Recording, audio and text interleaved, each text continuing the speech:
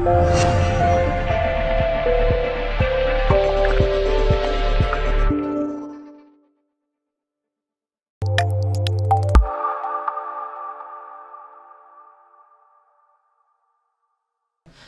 football, it's all about fine margins. At half-time, you were in the playoffs, and here we are at full-time in the bottom half of the table. It must be a real kick in the teeth for you today. Yeah, I'm really disappointed because I know people are going away and are probably looking at the result and thinking, it's a defeat. But the way we played, we deserved to be 1-0 up, and throughout the second half, we looked like the team that perhaps deserved to be 2-1 up. And there was lots of positives in the game, but there's a few lapses of concentration, a few errors of judgment, and it seemed to creep in as the game went on. Is that physical fitness? Is that mental fitness? Is that being as professional as you can within your realms of your physical and mental fitness?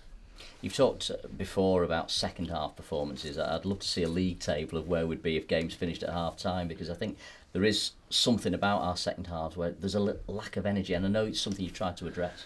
Well, I don't. Well, you talked about the last 5 or 10 minutes, and I think this is where we have to be careful, because you've got fans coming up and saying certain things to me, and it's snap judgments. I don't think there was a lack of energy in our second half performance.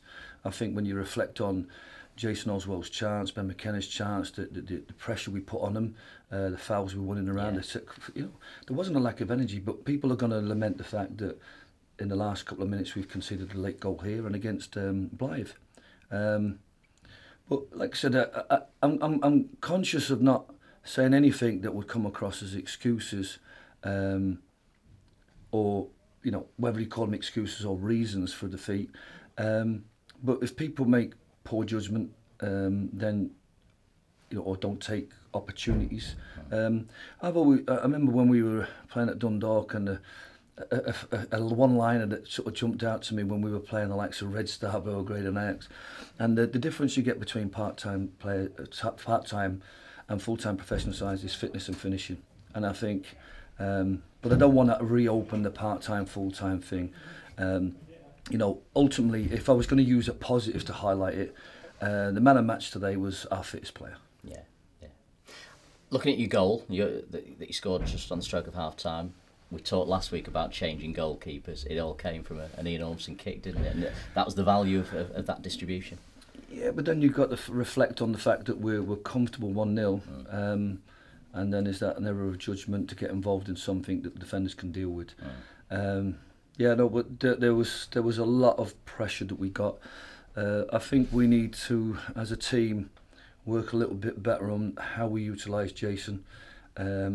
He seems to want to play on his own and flick for himself and get it for himself. He's got to know when to hold and when to flick. And I think that, I said last week, we don't really want to be using him for the long ball. We really want to be using the side of the pitch. But in that particular case, the ball spilt for Matty Warburton, and you put your money on Matty, because when I pick the team and I go into the changing room after the game, and I kind of think the first person I look at is me. Did I pick the right team? Was putting Ben in ahead of Sam Walker the right decision? I think yes. Was it playing in that manner and that shape so that they weren't able to play out from the back and that had that press mentality and that ability to kind of take ownership of the game and put them under pressure? And I think it was right. There was so much. Obviously, they went to a plan B and they were able to bring on people like Dan Bradley. I mean, I'm sure that one of my directors will be able to tell me how much they paid for him and how much wages he's on, and he's on the bench coming on for them. So they've got that quality, they've got that full-time football. Is that the reason, the difference between the two sides? Maybe, but it's not for me. That's something that we can discuss on a whole at this level, because for all that we've invested, the game's moved forward. Kidderminster full-time side with that quality of players, and they were sat below us in 16th, heading for 17th or 18th if the game had finished 1-1. But that's football, isn't it? Like you said, fine margins, and there's full-time football, and investing in the right players bring that. But I've got to sit down with the board this week and discuss where we're at as a club. I don't make all the right decisions. I've tried to invest in the right players, I've tried to get the tactics right. We work really hard in training. I think people can see what we worked on in training. I think people can see why I play certain players. And then you can understand why certain players don't play regularly, because they've got, you know, like you said, a lapse of concentration or a little bit of fatigue comes in.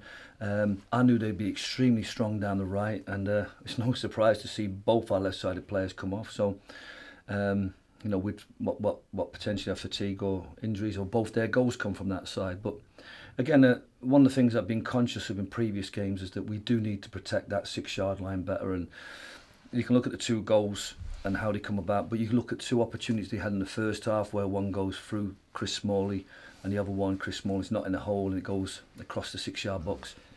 They could have easily been goals. So there's a little bit of work to be done in terms of the back four and the integrity of the back four. There's always it's a work in progress. But my overriding feeling about today was a disappointment for the players, because what they did for me today and what they did for the shirt today, I felt was worthy of a lot more than they got out of today's game. You've got that game now against Cheadle Town on Wednesday. What sort of a side are you thinking of putting out for the Cheshire Senior Cup tie there?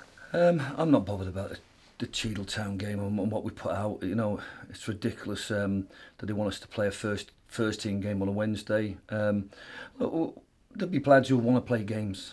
There's a few that are not playing, and I have to be honest with it. There's players there that if they don't, that are sat on the bench if they don't show up in that game, then what's their value to the club? Because for me, they don't give me the confidence when I look at around the bench that they're going to do any more than Ben McKenna did today, or Matty Warburton, or Jason Oswald, or Gary Stopforth, or Jimmy Ball. So the pressure's on to them to contribute to the cause, or we'll have to make some changes and make sure we get players in that are hungrier and more determined to do the business for the club.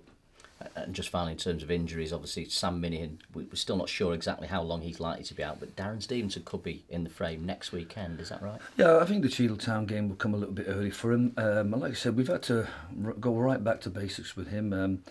You've given him time to do that, though, haven't you? Yeah, but I've sat down with him and his agent, and we reflected on what his contribution had been so far this season, and what we said is that the general feeling was that he was only at 75%. So therefore, let's take that information and let's go back and, let's get the right equipment, let's get him right, let's get the swelling down, let's get him fit, let's get him back on the training ground, build his confidence physically.